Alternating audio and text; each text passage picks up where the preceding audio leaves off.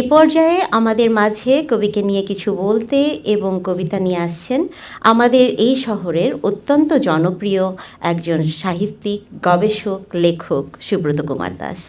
মঞ্চে আহ্বান করছি লেখক সুব্রত কুমার দাসকে। কবি ইকবাল হাসানের সুহৃদবৃন্দ, সবাইকে শুভ সন্ধ্যা। এখানে লেখা রয়েছে স্মরণানুষ্ঠান। সে ব্যাপারে আমার একটু মতভিন্নতা আছে। আমি ব্যক্তিগতভাবে মনে করি একজন মানুষ যখন তিনি চলে যান তখন তিনি আসলে আর ব্যক্তিক এবং পারিবারিক থাকেন না। তার পরিচয়, তার ব্যক্তিগত পরিচয়, পারিবারিক পরিচয়কে ছাড়িয়ে অনেক বেশি দূর যেতে পারে যদি তিনি লেখক হন, যদি তিনি শিল্পী হন। এবং একজন ইকবাল হাসানকে নিয়ে আমরা যারা ভালোবেসে আজ এখানে উপস্থিত হয়েছি, তারা যদি তাকে নিয়ে একটি লিগেসি তৈরি করতে চায়, সেটি অবশ্যই করতে হবে তার সাহিত্যকর্মকে আশ্রয় করে। তিনি কি লিখেছিলেন, তার গল্পের প্রবণতা কী ছিল, সমকালীন প্রেক্ষাপটে নিরিখে তার গল্প কতটা আধুনিক ছিল, কতটা উত্তর আধুনিক ছিল, তার গল্পে জাদু বাস্তবতার উপস্থিতি কতখানি ছিল, সেভাবে আমাদেরকে ভাবতে হবে বলে আমি মনে করি। অথবা তার কবিতা কতখানি আধুনিক হয়েছিল, ইত্যাদি ইত্যাদি। তাই যদিও ব্যক্তিগত আমার অনেক স্মৃতি রয়েছে ইকবাল হাসানের সাথে, সেই প্রসঙ্গে না গিয়ে আমি কবি ইকবাল হাসানের কয়েকটা কাব্যপংক্তি আপনাদেরকে পড়ে পড়ে শোনাবো এবং একটু একটু করে কথা বলবো। আমার আজকের যে কথা তার আশ্রয় হচ্ছে, তিনি আমাকে এই গ্রন্থটি উপহার দিয়েছিলেন, নির্বাচিত 100 কবিতা ইকবাল হাসান। এবং সেই গ্রন্থে একটি কবিতা রয়েছে বিনয় মজুমদার।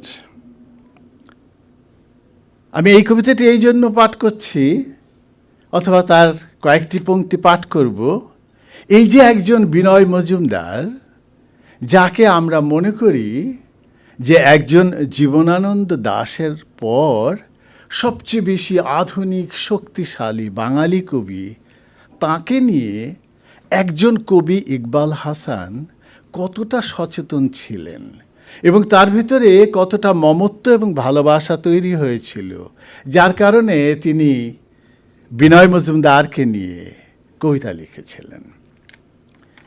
এই জীবনানন্দের কথা যখনই আমি বললাম, তখন আমার মনে পড়ে জীবনানন্দের বনলতা সেনে একটি কবিতা আছে, আপনাদের সকলের জানা। কবিতার শিরোনাম শ্যামলী। শ্যামলীতে একটা জায়গায় আছে এরকম, যখন আমাদের দেশের যুবক ছেলেরা তারা কোন দূর দেশে সোনা আবিষ্কার হয়েছে সেটি জেনে দেশ ছেড়ে, প্রেম ছেড়ে, প্রেমের মানুষকে ছেড়ে চলে যায়, এরকম একটি কথা আছে। তো ওই কথাটা আমি এই জন্য উচ্চারণ করছি যে ইকবাল হাসানের এই যে প্রবাসে চলে আসা 3 দশক আগে, যেন আমার মনে হয় যে জীবনানন্দ দাশ যখন কবিতাটি লিখেছিলেন, সেটি মোটামুটি হচ্ছে 1942 সালে বনলতা সেন প্রকাশিত হলো, এবং তার আগে 7-8 বছর ধরে কবিতাগুলো প্রকাশিত হয়েছিল। সেই সময় জীবনানন্দ খুবই সচেতন ছিলেন যে পৃথিবীর অনেক দেশে, বিশেষ করে কানাডা নামের একটি দেশে, সেখানে ক্লোন্ডাইকে যে 1896, 97, 98, 99 সালে অনেক অনেক সোনা আবিষ্কৃত হয়েছিল এবং প্রায় 1 লক্ষ মানুষ সেখানে সমবেত হয়েছিল শুধু মাটি থেকে সোনা তুলে নেওয়ার জন্য, আপনারা জানেন।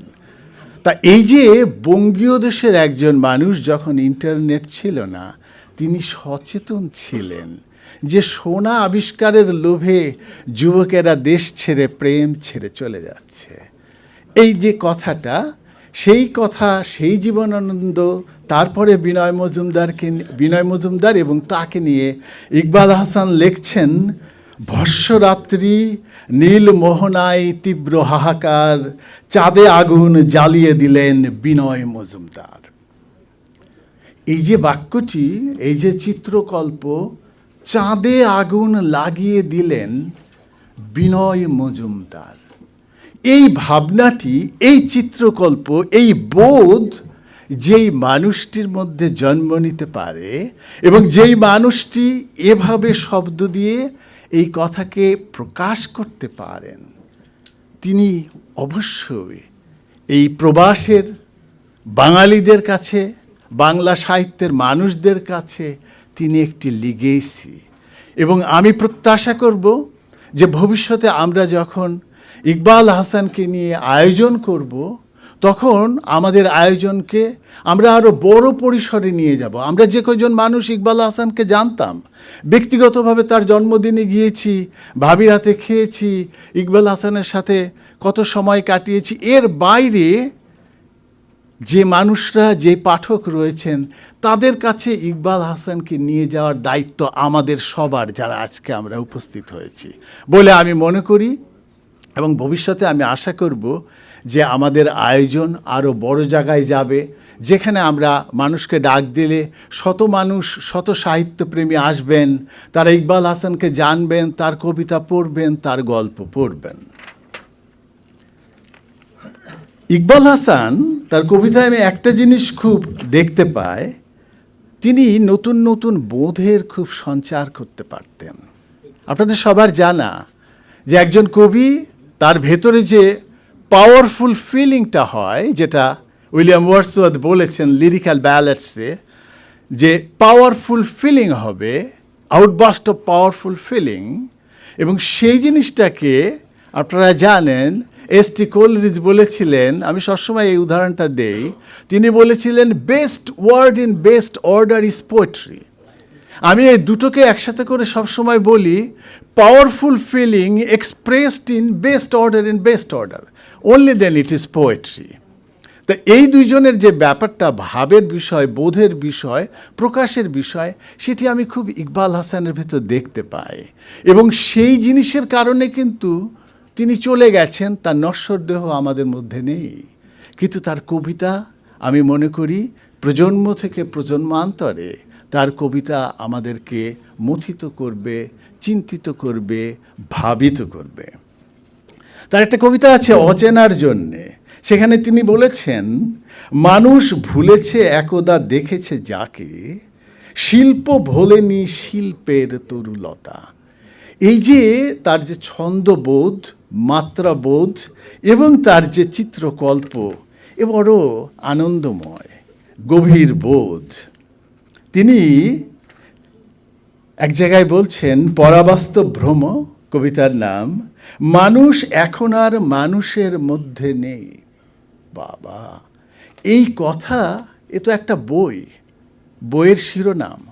এবং কবি কিন্তু তিনি অনেক বড় ভাবনাকে এই একটি শব্দে, একটি পংক্তিতে নিয়ে আসতে পারেন।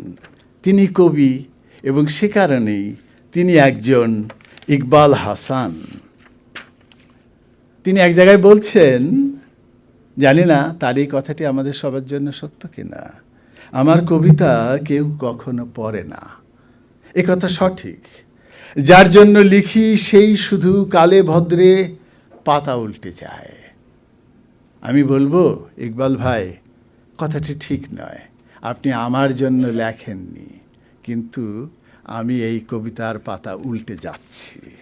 এবং সে কারণেই আপনি কবি হিসেবে আমার ভাই, সেই পরিচয়ের চেয়ে আপনি যে কবি, সেই পরিচয় অনেক বেশি আমার কাছে মূর্ত।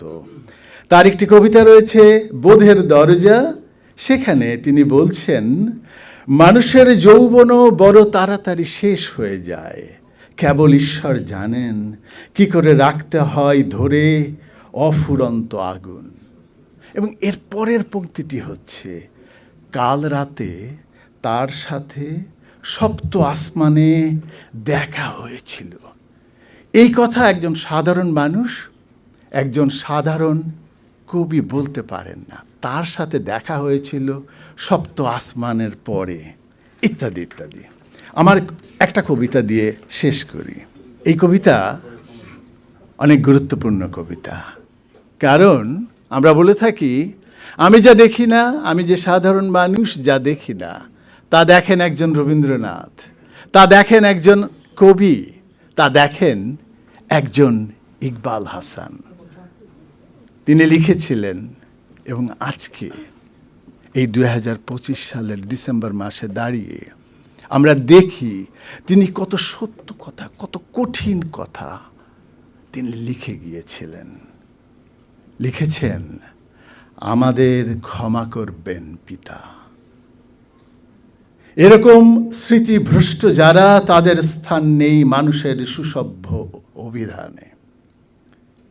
তারপর বলছেন, একদিন যে মানুষ তর্জনী তুলে আকাশের দিকে বলেছিল স্বাধীনতা, আমরা স্পষ্টত ভুলে গেছি তাকে।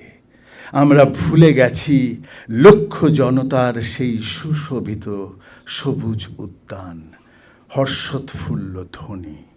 আমরা ভুলে গেছি আমাদের জন্মগ্রহণের তাবৎ বৃত্তান্ত। আমরা ভুলে গেছি আমাদের রক্তাক্ত ভূগোল। আমরা ভুলে গেছি জ্যোৎস্নাপ্লুত নদীর বুকে পালতোলা নৌকো আর মাঝিদের ইতিহাস। এই যে বোধ, যেই বোধ আমরা গত 1 বছর 5 মাস ধরে যেই বোধের পতন দেখছি, সেই পতন একজন ইকবাল হাসান আজকে থেকে 1 দশক আগেই দেখে ফেলেছিলেন। এ বড় কঠিন একটি পথ। সবশেষে বলি, কবি ইকবাল হাসান, আপনাকে আমরা অনেক ভালোবাসি, ভালোবাসতাম, এবং আমাদের ভালোবাসা নিশ্চয়ই ভবিষ্যতে আরও বড় আয়োজনে, আরও বড় প্রকাশের ভেতর দিয়ে সবার কাছে ছড়িয়ে যাবে। আমাকে সময় দেওয়ার জন্য ধন্যবাদ।